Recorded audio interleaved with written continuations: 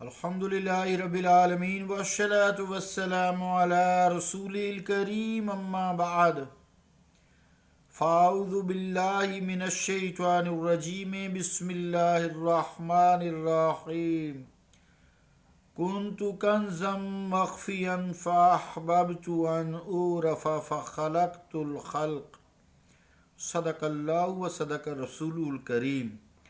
عزیزان گرامی قدر، السلام علیکم ورحمۃ اللہ وبرکاتہ۔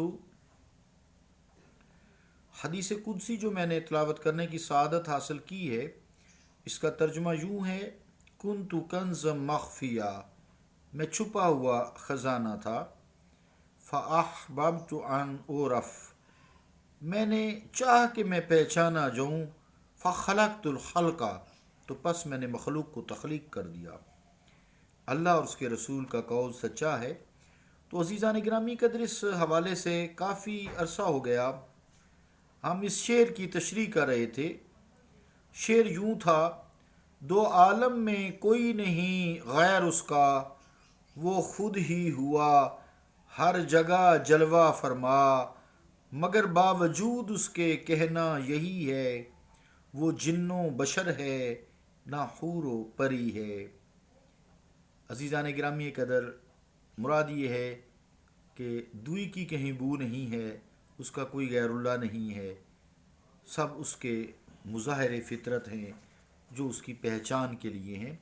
اس حوالے سے ہم نے بہت دور تک گفتگو کی ہے، اور آخر میں ہم اس بات پر پہنچے تھے کہ اللہ تعالیٰ کی پہچان کے لیے، پہچان کروانے کے لیے اللہ تعالیٰ نے کم و بیش 1,24,000 پیغمبر بھیجے، نبی بھیجے۔ پھر انبیاء کا سلسلہ منقطع ہو گیا، ہم اس رسول کریم صلی اللہ علیہ وآلہ وسلم کی امت سے ٹھہرے جو حبیب کبریاء ہیں۔ ہم آپ صلی اللہ علیہ وسلم کی امتی ہوئے۔ پھر اولیاء کاملین کا جو سلسلہ ہے وہ تا قیامت تک جاری رہے گا، اہل بیت کا سلسلہ تا قیامت تک جاری رہے گا۔ ایسے لوگ قیامت تک آتے رہیں گے جن کی رگوں میں آپ صلی اللہ علیہ وآلہ وسلم کا خون دوڑتا ہے تا قیامت تک۔ یہ بات میں نے سورہ الاحزاب کی اس آیت کے حوالے سے کی ہے کہ انما یرید اللہ لیذھب عنکم الرجس اہل البیت ویطہرکم تطہیرا۔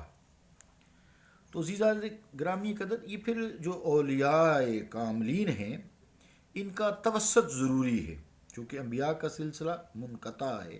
عقیدہ ختم نبوت یہی ہے، کیونکہ اللہ تعالیٰ کا جو عرفان انبیاء کو حاصل ہوتا ہے، اور جس طرح وہ بارگاہ ایزدی کے آداب انبیاء جانتے ہیں اور کوئی نہیں جان سکتا، اور انبیاء کا عرفان جس طرح اولیاء کرام، صلحائے امت، علماء خیر، صوفیاء کرام جانتے ہیں کہ بارگاہ انبیاء میں کیسے حاضری دینی ہے، جو عرفان الہی کا ذریعہ ہے یہ وہ جانتے ہیں، اس سے شناسا ہوتے ہیں۔ اس طرح امت کے جو جاہل عوام ہیں انہیں تو لفظ نبی کے معنی کا بھی نہیں پتہ۔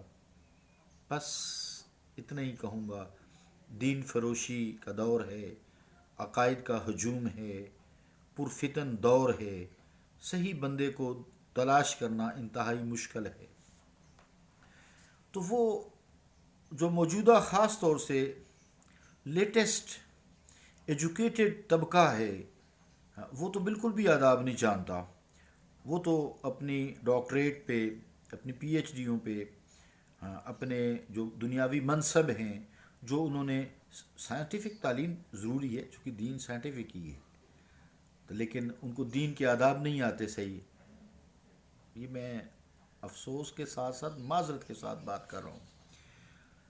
امت کا جو تعلیم یافتہ طبقہ ہے وہ بالکل ہی دین کی بنیادی جو چیزیں ہیں وہ بس نماز، روزہ، حج، زکوٰۃ تک، یہ بھی خیر بڑی بات ہے، اس تک ٹھیک ہے، محدود ہیں۔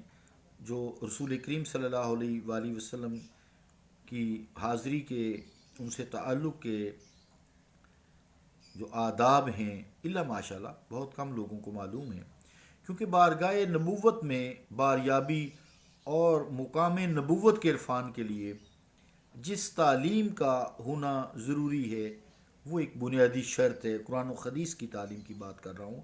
اور جو تعلیم ہم حاصل کر رہے ہیں دنیا کمانے کے لیے، چونکہ دین فروشی اس لیے منع ہے، دین سے آپ ماہر روزی روٹی نہیں کما سکتے، منع ہے، قرآن نے منع کیا ہے، احادیث میں منع ہے، بڑی اس کی سخت سزائیں ہیں، قرآن و حدیث میں آئی ہیں یہ باقاعدہ. اور قرآن کو تو کوئی نہیں جھٹلا سکتا، حدیث کو تو ایسے ہی کوئی بھی بندہ کہتا ہے جی بس میں اتنا ہی کہوں گا، موضوع ہے جی یہ ہے وہ ہے. اللہ تعالیٰ ہم پہ فضل کرے.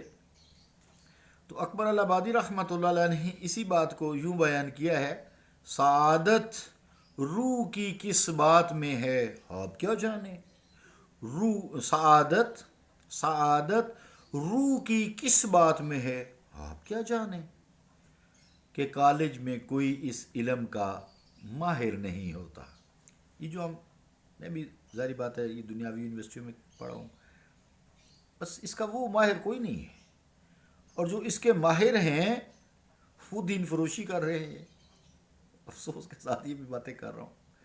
اگر تعلیم یافتہ ہونا ہی عرفان خداوندی کی دلیل ہوتا تو آج کل کے یہ جو پی ایچ ڈی ڈنگر ہیں نا، تعلیم یافتہ ان پڑھ، بس ان کو یہی کہہ سکتا ہوں اور کچھ نہیں کہہ سکتا. یہ مغربی تعلیم پر اترانے والے، یہ نام نہاد دانشور، یہ رومی غزالی بنے پھرتے ہیں جو ٹاٹوں پہ بیٹھ کے پڑھے ہیں اور جنہوں نے دین فروشی نہیں کی، روزی روٹی کے لیے 10 انگلیاں استعمال کی ہیں، وہ عرفان الہی کو جانتے ہیں جن کا نام صوفی ہے، صوفیزم والے. وہ الگ بات ہے کہ اس میں بھی اب کرپشن بہت ہو چکی ہے. وہ عرفان خدا اور رسول خدا صلی اللہ علیہ وآلہ وسلم کی بارگاہ میں حاضری کے آداب جانتے ہیں. اس کے لیے تزکیہ نفس ہے جو ہمارا یہ گروپ بھی ہے. اور پھر شرط یہ ہے کہ جن اساتذہ سے یہ دینی تعلیم حاصل کی جائے وہ بھی صحیح العقیدہ ہو، دین فروش نہ ہو، روزی روٹی کے لیے. کیونکہ انبیاء صاحب نے بکریاں چرائیں ہیں، اپنے کاروبار کیے، تو دین سے روزی تو نہیں کمائی. ذرا باتیں آج کچھ تھوڑی سی جلدی کٹی ہو گئی ہیں، کوئی بات نہیں. تو اس کو دینی تعلیم کے لیے بھی صحیح العقیدہ بندہ ہونا چاہیے، دنیائے روحانیت سے لگاؤ رکھنے والا ہونا چاہیے. اکبر الآبادی رحمۃ اللہ علیہ نے انگریزی تعلیم کی مخالفت نہیں کی، بلکہ اس کے اثرات کی مخالفت کی ہے. اس کے اثر کی وجہ سے ہم بھٹک گئے. بہت کچھ لکھا ہے انہوں نے. جہاں تک مادی ترقی اور نوکری کا تعلق ہے تو اس حد تک تو یہ دنیاوی تعلیم درست ہے، کوئی حرج نہیں، ٹھیک ہے، لے انسان ہنر ہے، موٹر مکینک کا کام ہے، دنیاوی تعلیم ہے، ڈاکٹری ہے، انجینئرنگ ہے اور دوسرے عہدے ہیں، اٹامک انرجی ہے، یہ تو ٹھیک ہے، کوئی ایسی بات نہیں، فائدہ بھی ہے اس کا، ہمیں دین کو فائدہ. آج دیکھیں پاکستان ایک اٹامی ملک ہے، اٹامک انرجی ہمارے پاس، دنیا کی کوئی طاقت ہماری طرف اللہ تعالیٰ کے فضل سے کوئی میلی آنکھ نہیں اٹھا کے دیکھ سکتا. جس طرح پنجابی کے نا سارے کافرن تن کے رکھے افغانستان سارے پاس، چپا بھی نہیں دیتا، رشیا کو تباہ کر دیا ہم نے. تو یہ بھی ایک علم کی بدولت ہے نا، اس کو میں برا نہیں کہہ رہا، لیکن میں عرفان الہی کی جب بات کرتا ہوں تو وہ تعلیم عرفان الہی نہیں دے سکتی. ہاں کوئی قرآن و حدیث کا عالم ہو، وہ اس طرح کی تعلیم لے تو وہ اللہ کا نور پھر دے، ایٹم میں بھی دیکھے گا کہ اللہ تعالیٰ کا نور ہے، اللہ نے کیسی مخلوق بنا دی ہے، کیسی، یہ بھی مخلوق ہی ہے نا، کیا چیزیں بنا دی ہیں. لیکن اس تعلیم کو جو روزی روٹی کے لیے ہے، دنیا کی تعلیم، اوڑھنا بچھونا ہی بنا لینا، اس پر فخر کرنا، محض حماقت کے علاوہ اور کچھ نہیں ہے، اوچھا پن ہے. جبکہ ہماری تہذیب جو ہے خالصتاً اسلامی ہے، ہم مسلمان ہیں. وہ وہ اس کو منع نہیں کرتا، میں خود ماشاءاللہ اللہ کا بڑا فضل ہے، وہ میں منع نہیں کرتا، وہ لیں آپ، لیکن وہی ہے جی بس یہ نہیں ہے عرفان، اس سے آپ عرفان الہی تک پہنچ سکتے ہیں، لیکن سب سے پہلے قرآن حدیث کی روشنی ضروری ہے. اس لیے اکبر مرحوم نے اپنی ایک پہیلی نما جو شعر ہے اس میں عمدہ بات کہی ہے: دکھا رہی ہے یہ ترکیب حسن، دکھا رہی ہے یہ ترکیب حسن، طبع سلیم، علی کی تم میں جگہ ہو تو بس وہ ہے تعلیم. منطقی بات کی ہے، یعنی اگر تم لفظ تعلیم پر غور کرو تو اس میں جو لفظ ہے تے اور آخری لفظ جو ہے وہ میم ہے، تو اس سے بن گیا تم. اور درمیانی لفظ ہیں عین لام یا یہ، یعنی عین لام یہ علی، تم علی کی تعلیم کے بغیر کچھ بھی نہیں ہو۔ یہی اصل میں تعلیم ہے۔ عزیزان گرامی قدر، ہم کافی دور نکل گئے، وقت بھی پورا ہوا، بہت زیادہ ہم نے اس میں بات کی۔ کل انشاءاللہ ہم نیا شعر بھی شروع کریں گے۔ تو مطلب یہ ہے اس شعر کا بھی کہ اے میرے دوست،